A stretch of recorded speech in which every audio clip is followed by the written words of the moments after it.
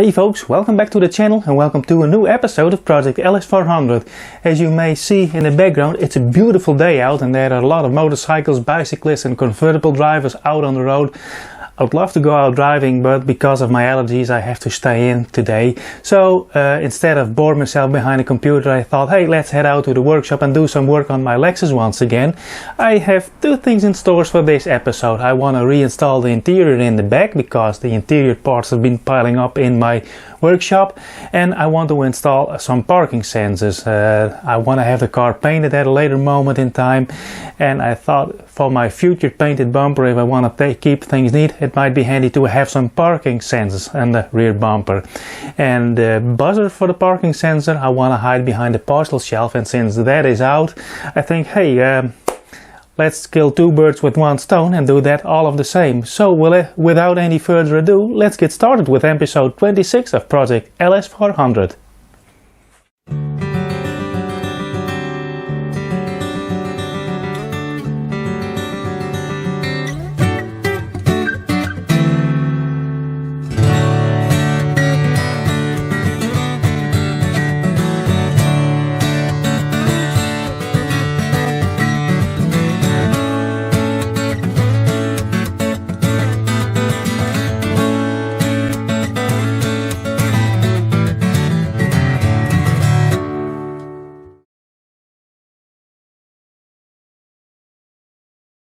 So here are my parts and tools that have been hiding in the background. Maybe you catch them somewhere.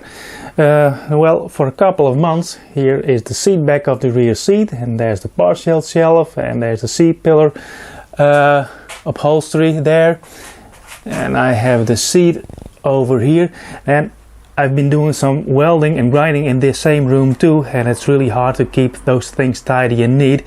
I had covered them in blankets, but for now I uncovered them ready to install. Over here are the parking sensors I bought, and these things were amazingly expensive. Maybe it would have been better if I bought them from Amazon. This kit cost me 160 euros. It's a quality kit, so that goes with the Lexus. That's nice to have, but I think a 40 euro kit would have worked as fine. But anyway, this is what I got, and the thing I want to install underneath the parcel shelf is this buzzer over here, and the rest of the parts. This is the control box, and here's some wiring with a fuse on there. It is a nice kit, it's worth its money. I would say let's get ahead and start installing parts back into the car. Now before I start installing stuff, I want to have a peek and see how things look. You could see some weld spots, and that's where I welded the brace to this panel. I painted that, just inspecting how things look, and already been cleaning down here. See if there are no loose parts, no small bolts and stuff that I may need at a later moment and have to pull the seat back out. Now everything looked nice. Now I want to start off in that corner over there, so I'll put the camera up on a tripod and well, let's see if we can toss some stuff back into the car. Well, let's see if we can get the seat pillar panel in first.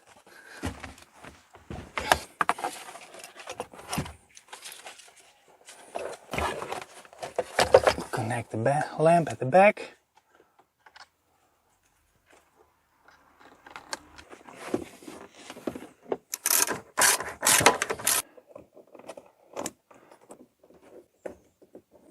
That doesn't go there. That's nice. These are the grips above the doors, and when you look closely, there is a small hook. Well, just the lighting. There's a small hook that needs to face the grip itself, and that is now what it's pulled out. I can push it back in. Now it's flat, and that's what those hooks are for. So this is the way they should face, inwards towards the grip itself. Okay, before I install the partial shelf, I installed the buzzer for the parking sensors. I found this indent next to the subwoofer, so that's where it goes, and I let the wire in. So now I should be ready to install the partial shelf, and I'm gonna do that off camera because it's a terrible cramped space to work. So I'm gonna show you in the next clip how that sits. What it looks like with the partial shelf in place. Put a cover on the subwoofer, And there are about 6 clips that slide into pockets just under the rear window, and in front there are these 2 long clips that hold it down, and on top of the strut mounts there aren't any clips or screws. Alrighty, the seat back is in, and it was a bit of a struggle, and I must admit it's a bit too warm to doing this kind of stuff.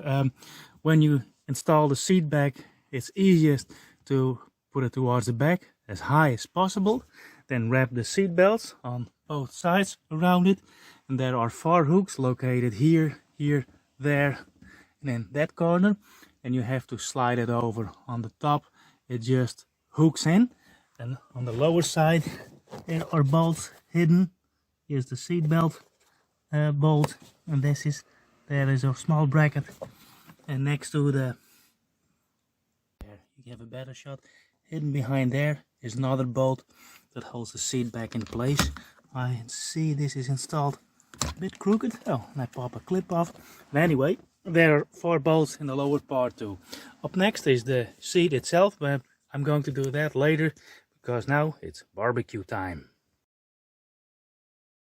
And it's the next day. I had a nice barbecue and I went to the workshop to pick something up, but the completist in me wanted to finish off the job, so I have the back seat here. What you need to know is when you have heated seats, you have a connector on either side of the seat, and there are those hooks. These hooks. Let's hop inside the car. And these hooks slide into slots behind here. You can't really show it, but here's the connector coming from the seat back, and there's a hook behind here. Now also I have this third seat belt in the middle, the center seat belt, but I'm not going to use that, so I'll leave that tucked away under the back seat. Et voila, it's in. This was a 10-minute struggle. Difficulty clipping the lower clip on that side in. You really have to make sure that the hooks slide in. Once you do that and push the seat down, it pulls the seat a little bit back. Then it's easier to press those in, but I needed the aid of a tool to push the hooks on the seat themselves back. But anyway, this is in. Happy with that. Oh yeah, and I noticed that this door sensor oftentimes doesn't work, so I have to look in that too, but that's for later on. Okay, well, let's start working in the trunk. Okay, I just had to close the doors there. Lawnmower man on the opposite side of the road is having the time of his life. So we're about ready to start installing the parking sensors, which in itself is a pretty straightforward job. I have to drill 4 holes in the rear bumper and have to make sure I do these neat and evenly distributed. Then 4 parking sensors go in there. Then I need to find a hole to feed the cables into the trunk area, where I have to install this control box. 4 connectors for the sensors go in here, and there's one going out towards the buzzer that's located now underneath the parcel shelf. And we have to find the power and ground. The power comes from one of the reversing lights, and ground is just body ground. So let me get you up close so I can show you what we're dealing with here. So this is the control box, and there are 2 ears to it, so I can mount it to something. Now there is the small toolbox that goes in here, so I have to make sure that this pocket stays free. And there's this nice aluminum bracket on here, or else the screws rattling. And I want to find out if I can install it on here. Maybe I need to take it out. There's only one connector, one switch for the air suspension on here, and I think I'll drill it into the back. First and foremost, let's find a hole to feed the cables through. So I've done a little bit of thinking, and I think I'm going with the rubber grommet that's over here. Let me shed a little bit light on there. So here's the tail light that's held in place with 2 bolts that also hold this bracket. And there's a nut over here. And there's this rubber grommet. And I want to see if I can use this one. This is the one that's nice and nearby, easy to access, so don't have to crawl underneath the car in case I need to troubleshoot. So I'm going to bust this off.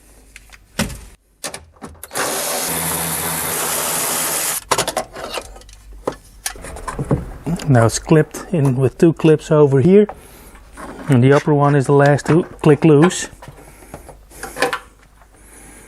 Alrighty. A little bit of WD-40, see if that helps. That helps a lot.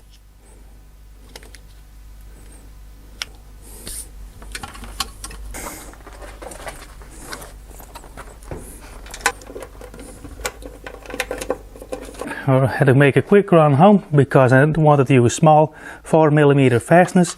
This is the control box on the back of the bracket. So this is what you see from it. It's only this part protruding. So that one's done. Now the only thing I need to do is find a power source for this control box, and battery plus or the plus voltage comes from the reversing lights. I'm not going to run a wire from the lamp itself all the way through the hinge and then through there. This is where the cables come out, and I'm going to look in the workshop manual and see which one is the signal light, the power light for the reverse here. Okay, the car is currently in reverse. The reversing lights are working, and I also found the cable. It's the red and black marked cable that supplies power to the reversing lights. I'm gonna tap it off right there. Well folks, that's everything installed. Got wires neatly tucked together, and also if you peek in this direction, I put that panel back in that covers the fuel tank. So next up is to drill the holes in the rear bumper and then install the bumper. Okie dokie folks, I marked out the holes, and they are 30 centimeters apart from the side of the bumper. Then there's a 60 centimeter gap, but I don't think I need anything in here. I want them to have evenly spaced towards the outside, and there are 2 on the other side. It wasn't hard to find the center of the bumper. Now I'm gonna drill the pilot holes. Oh yeah, one thing, I took a distance of 2.5 centimeters below the ridge of this trim strip. There is a little dent on the inside, and I don't want to drill into thick material, so let's see how this goes.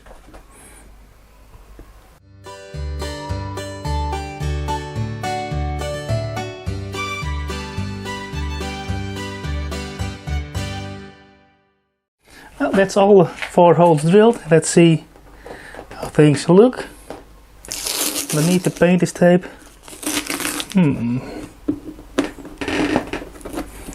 Very tidy holes, I would say. Of course, at some point in time the car has to be repainted and the bumper is already damaged, but I'm happy with the result. Well folks, as you probably can tell by the light, it's a couple of hours later. I brought my hole saw. This is my smallest one. Just installed a center drill, and it seems to be a bit uncentered. Let me see if I can do something about that.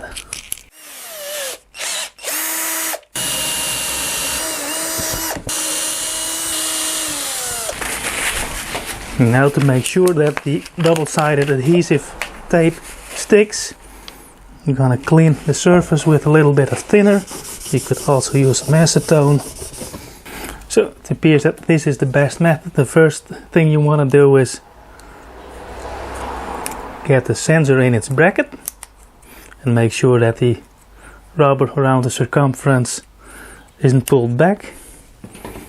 And then you stick on the double-sided adhesive,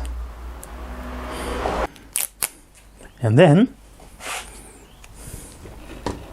install it in its hole.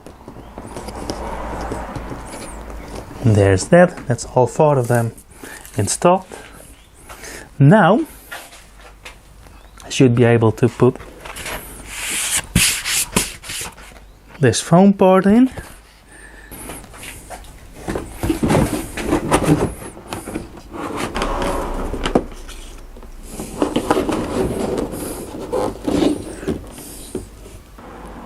Now this is the aluminium backing bumper, the real bumper.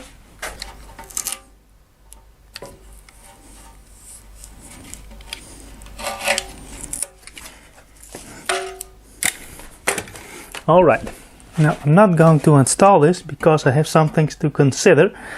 I'm going to show you in the next clip. I'm going to move away here because it's like 26 degrees at this moment here, so it's getting too warm to work. So let's move over to behind the car.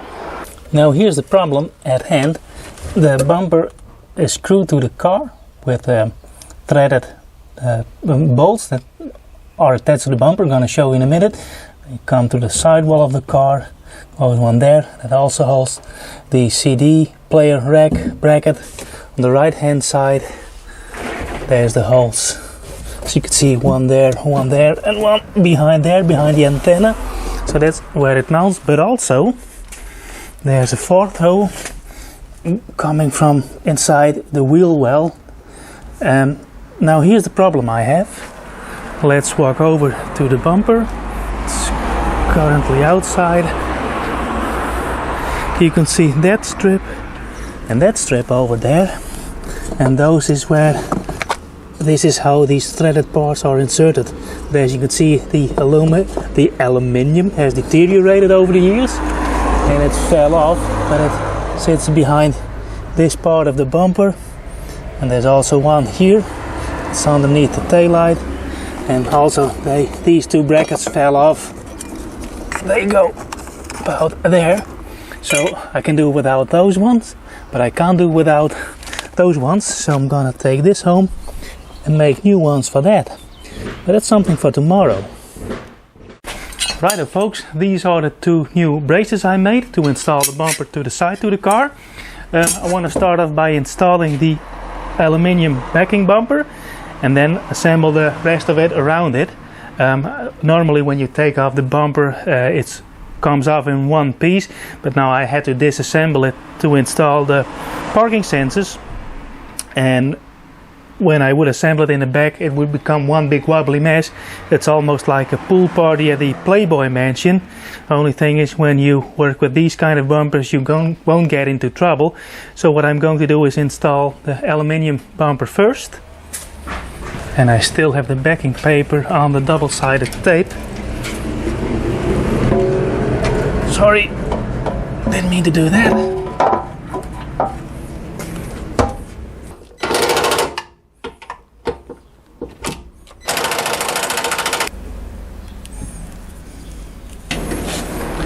Okie dokie.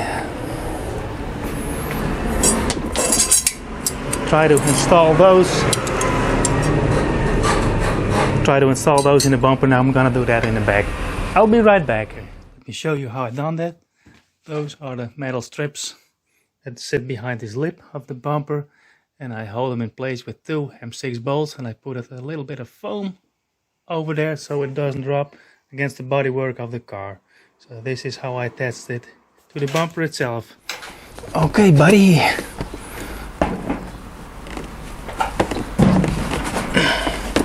Okay.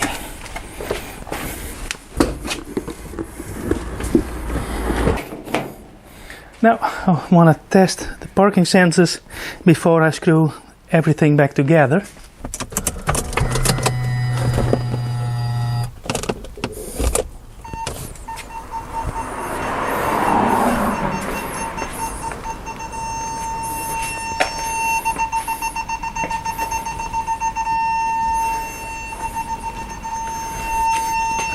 I call that good. Well, as you can see, the rear bumper is finally on. It took a bit longer than expected. I had it to do in 2 takes because I wasn't happy with the way I bolted those strips to the bumper. I used, we call it hex nut bolts, and I replaced them for countersunk screws. So I was sure they didn't rub against the bodywork, because when I tried to attach the side, I thought it was bulging a little bit. So now I'm gonna pick the camera up and show you how the bumper is attached to the car. You can see them here.